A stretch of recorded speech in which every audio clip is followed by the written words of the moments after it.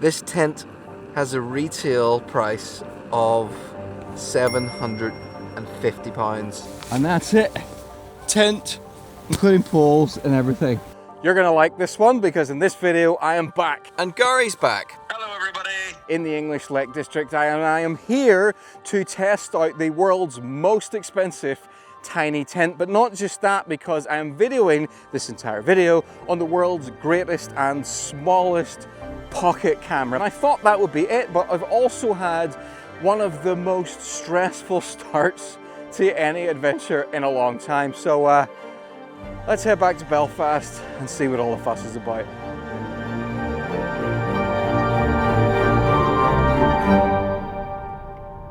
My ferry is delayed by 2.5 hours. I woke up at 5 AM for this. Luckily I came prepared. I've got a sausage. By the time I get to the place I want to go camping, I'm gonna have 90 minutes before sunset, if even that. Old man on the corner, selling pencils from a cup. Right, finally on the ferry. 2.5 hour crossing, which is running 2.5 hours late. And after that, I've got a 4 hour drive. But I thought for now, while I'm stuck in this ferry, I'll maybe tell you about the camera I'm using. I always forget how just incredibly noisy it is on the ferry. But this is the new DJI Osmo Pocket 4. It is a pocket-sized, gimbal stabilized camera that is capable of shooting footage that looks like it came from a much more expensive, much larger camera. This little guy is capable of shooting 4K footage at up to 240 frames per second. It's got 100 gigabytes of storage built in. It can track you or other objects automatically. It's got great low light performance, and it's also got a wireless microphone receiver built in. This camera is powered by a new 1-inch CMOS sensor and a 20mm f2 autofocus lens. So unlike a normal action camera, you get background blur with this without having to add any extra accessories. And my second favorite feature is that new sensor means that you can zoom in 2 times without losing any quality. As for my number one new favorite feature, well, you're just gonna have to wait until later, until it gets dark, to find out what that is. But I know that you're mostly here for the adventure. Something has gone wrong. So I'm gonna try and show, not tell, and let what this camera can do speak for itself. Arrived in Scotland, the ferry is disembarking, and I seem to have got myself on the last lane to leave the ferry, which is just great, because now I'm behind all of the traffic. Smell you later, Stanline. What a bunch of clowns. You are kidding me. There's roadworks right outside the ferry terminal. Oh, the green, right, let's go. Woohoo! Oh. Again! I'm stuck at a second set of traffic lights.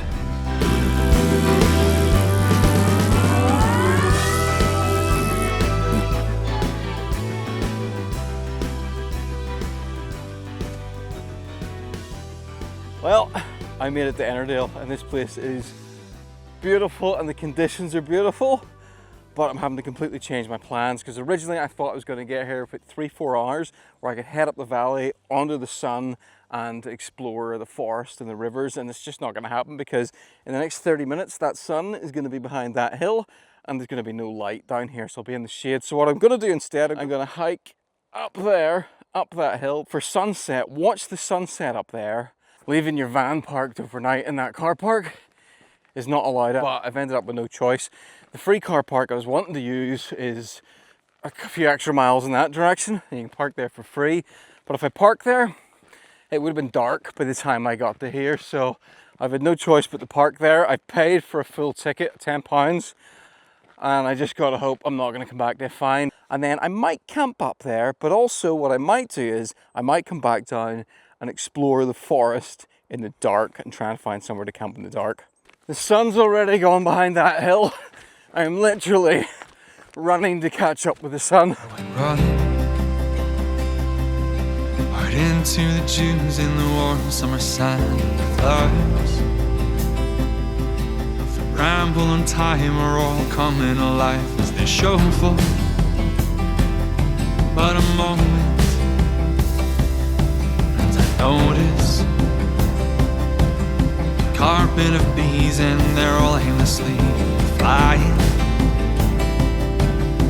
if they don't know they've got nothing to show. It seems like my own vanity. And you think, ooh, are they endless in their searching? And look how crystal clear that water is. If I'd had more time, I'd have been in there for a dip. Right, we're properly heading up the hill now, and I think already I can see why so many people love this place and say that it is known as the loneliest, the most remote valley in England. And the reason for that is that, well, most of the valleys in the Lake District have got roads going right through the middle of them. This doesn't. All you can hear is the sound of the river and the birds singing. Beautiful place.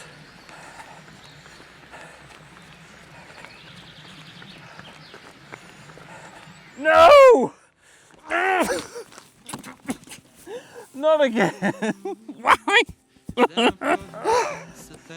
Whoops. I'm not actually going that way. This old life is short enough without you hanging on, that you'll do it alone. Live and breathe as underneath the sun is everything without serving a thing. And you think, oh wow, are they look at this, and they're searching? And ooh, is there a purpose to their serving now?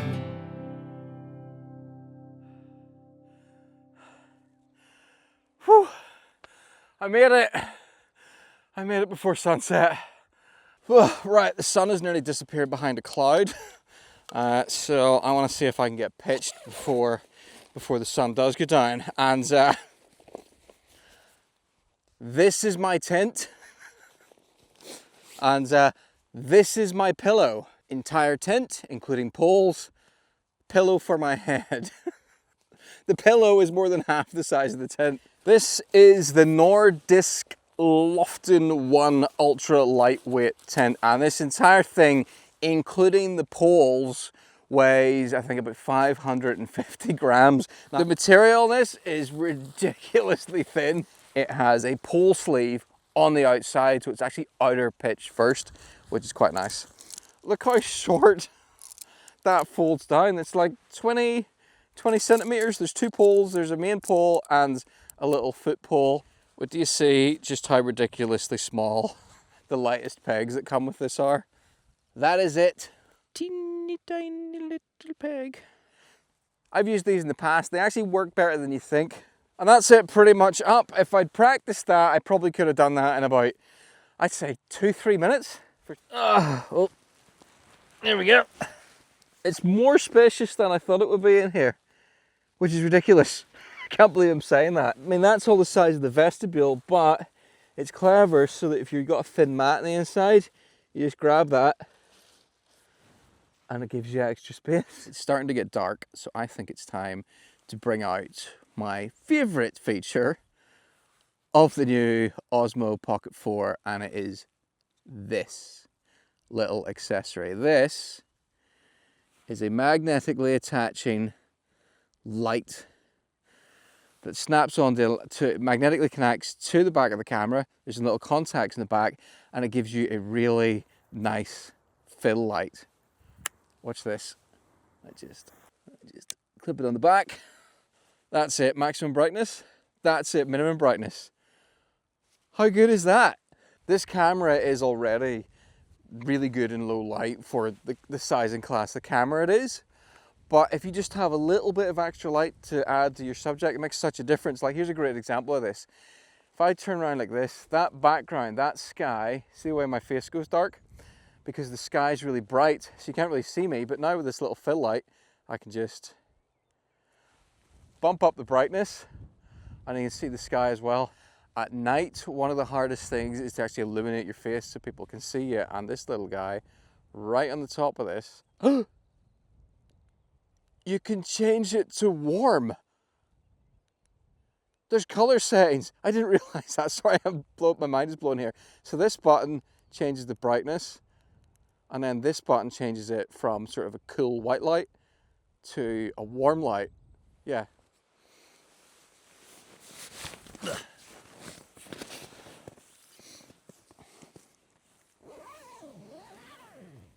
Welcome inside. I'm impressed with this little tent. Vestibule. There's a decent chunk of space at my head. Like I've got that's not a very big pack, but I'm able to fit that pack up there. This is the bag that the tent was zipped up into.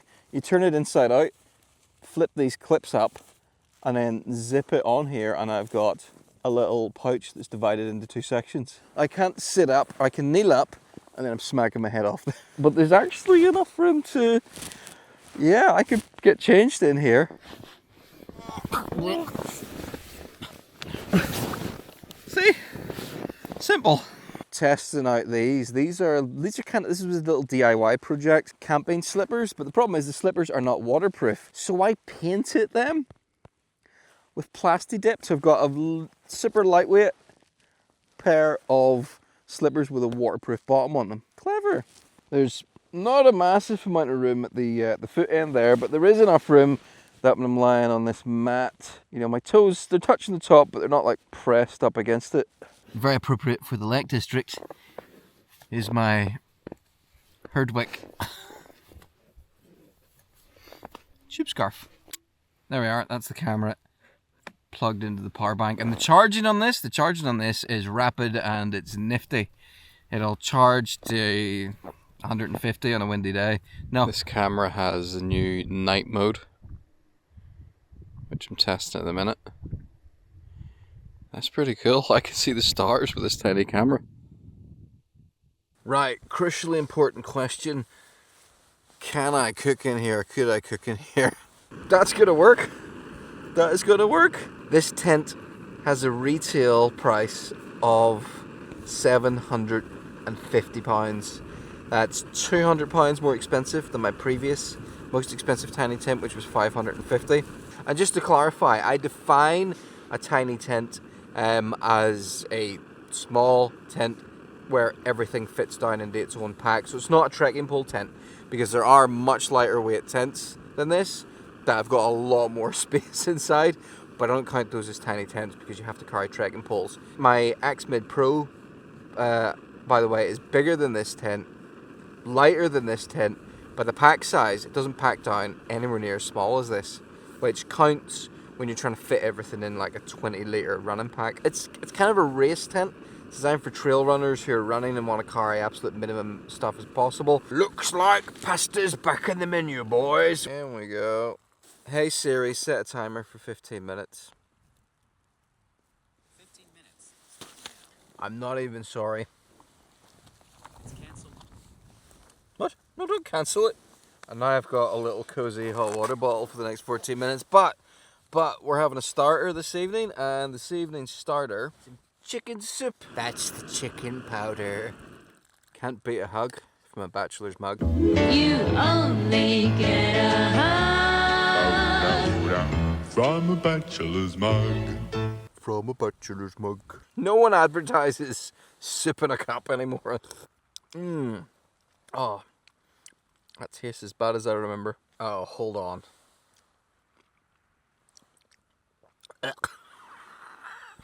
I've just realised why this tastes funny.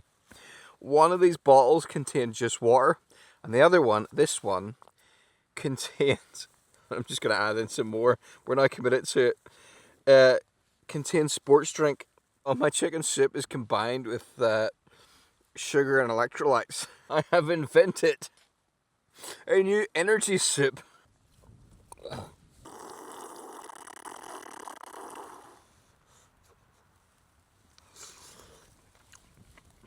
Just had a call from Gary. Should I try doing a video call with Gary? Yes. Let's video call Gary.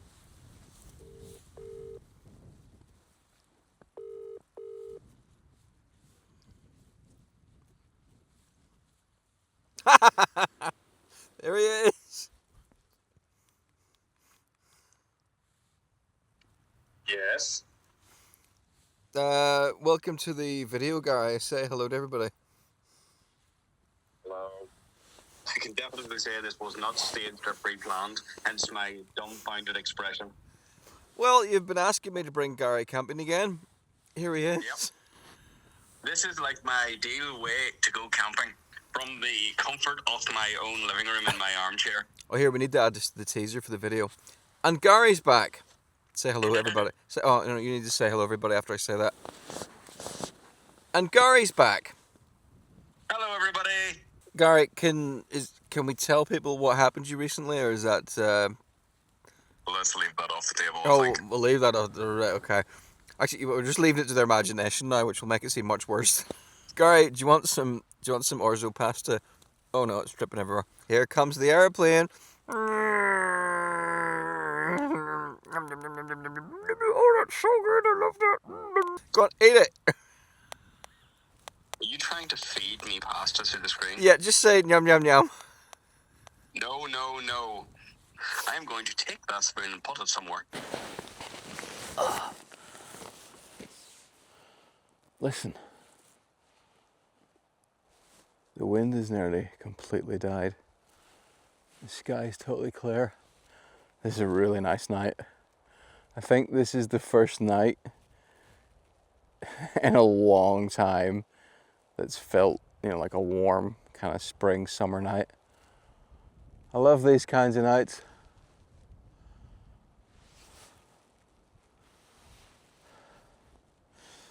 Actually, it's getting quite cold now. I'm going back to the tent.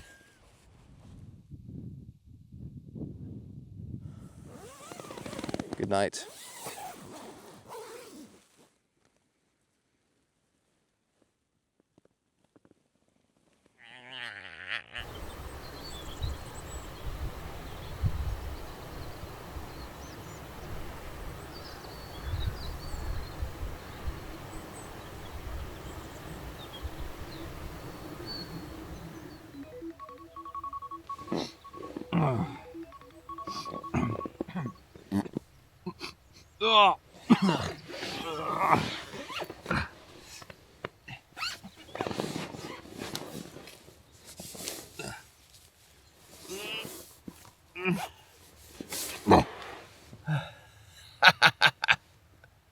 Well, this was glorious.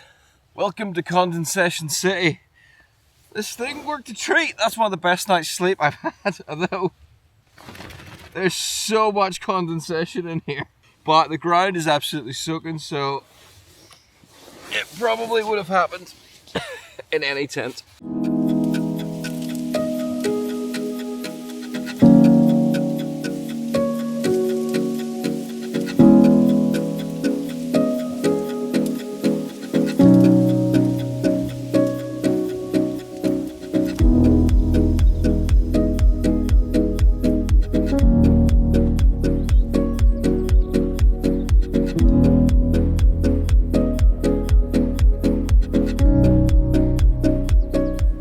Still there.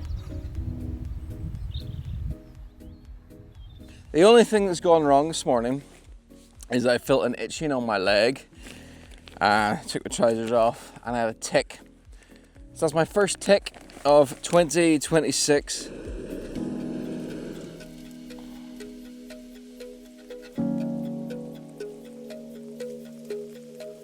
Look at that. Now that is what I call the best seat in the house. Something has gone wrong. You know the way I said I dipped my slippers and I painted these with Plasti Dip?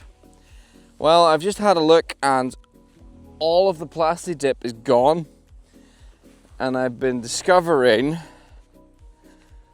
little bits of the Plasti Dip have peeled off and are just lying around now, and I'm a bit annoyed about this because it means I've accidentally left a trace, but I'm going to go around and try and find as much of it as possible. But I guess a little bit of a warning that this doesn't work. It's like completely gone. I don't know what happened, but it's just completely gone from the bottom, so it doesn't stay stuck. So don't go dipping your camping slippers so don't go painting your camping slippers in plastic dip, folks. I have to say though, I am astonishingly impressed with this camera. I'm using the tracking function at the minute, where it just like locks onto my face and tracks me around. It's just such a versatile cinematic tool. The quality of the video of it is astonishing. The only downside with this camera, because there is, yeah, I think, well, I'll give you two downsides with this camera.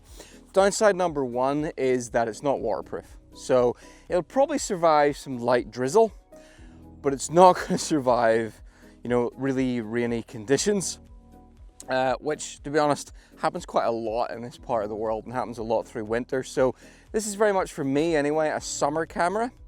Or if the weather conditions are a bit questionable, what I'll do is I'll carry this, and I'll also carry just a normal action camera with me as well. But the other downside is that it's just not as fast to use as an action camera, and I think that's because it's possibly a mistake to think about this as an action camera. With an action camera, you just kind of, you know, you reach into your pocket, you bring it out, you put, and you go. With this, you kind of have to bring it out, you switch it on, the gimbal starts up, you lift it up, you maybe lock onto it, and then you hit record. It's not an action camera, it's something different. It's a vlog camera, it's a mini cinema camera. It's, I don't know.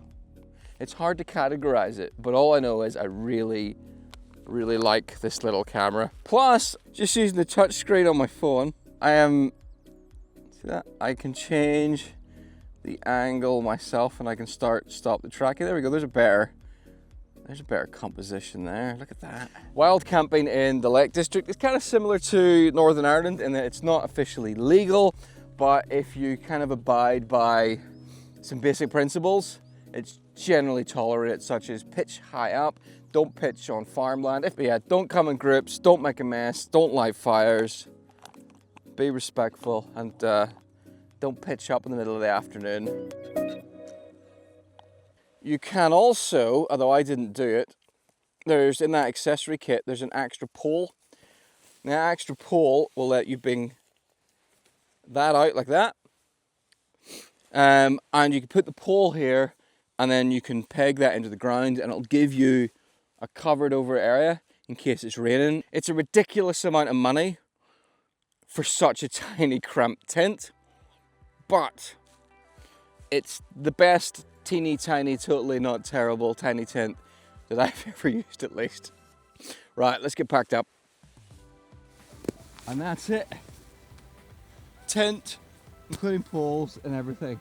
It's the size of my head. All right, packed up. You'd never know I was here. Unlike whoever camped here and had a fire. What a spot, what a spot. I feel like I have literally just scratched the surface of what there is to see here at Ennerdale. This is why I've kept the trousers on.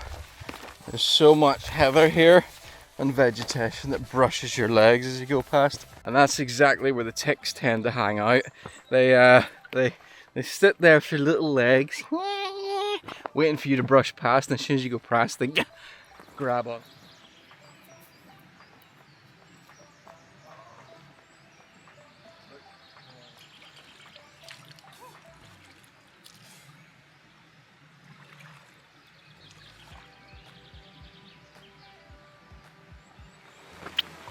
Oh, delicious. But thanks for coming along with me yesterday on this video.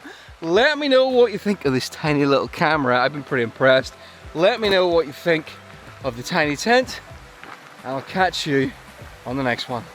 Bye bye.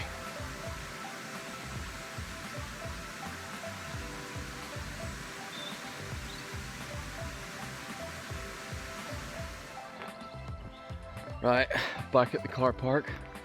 Time to find out if I've been fined 50 quid. Well, there's nothing on the van. That's a good sign. At least I thought it was a good sign until I looked at that sign over there, which said they might fine you via the post. So I guess I'm gonna have to wait a few weeks to find out if I got a fine or not.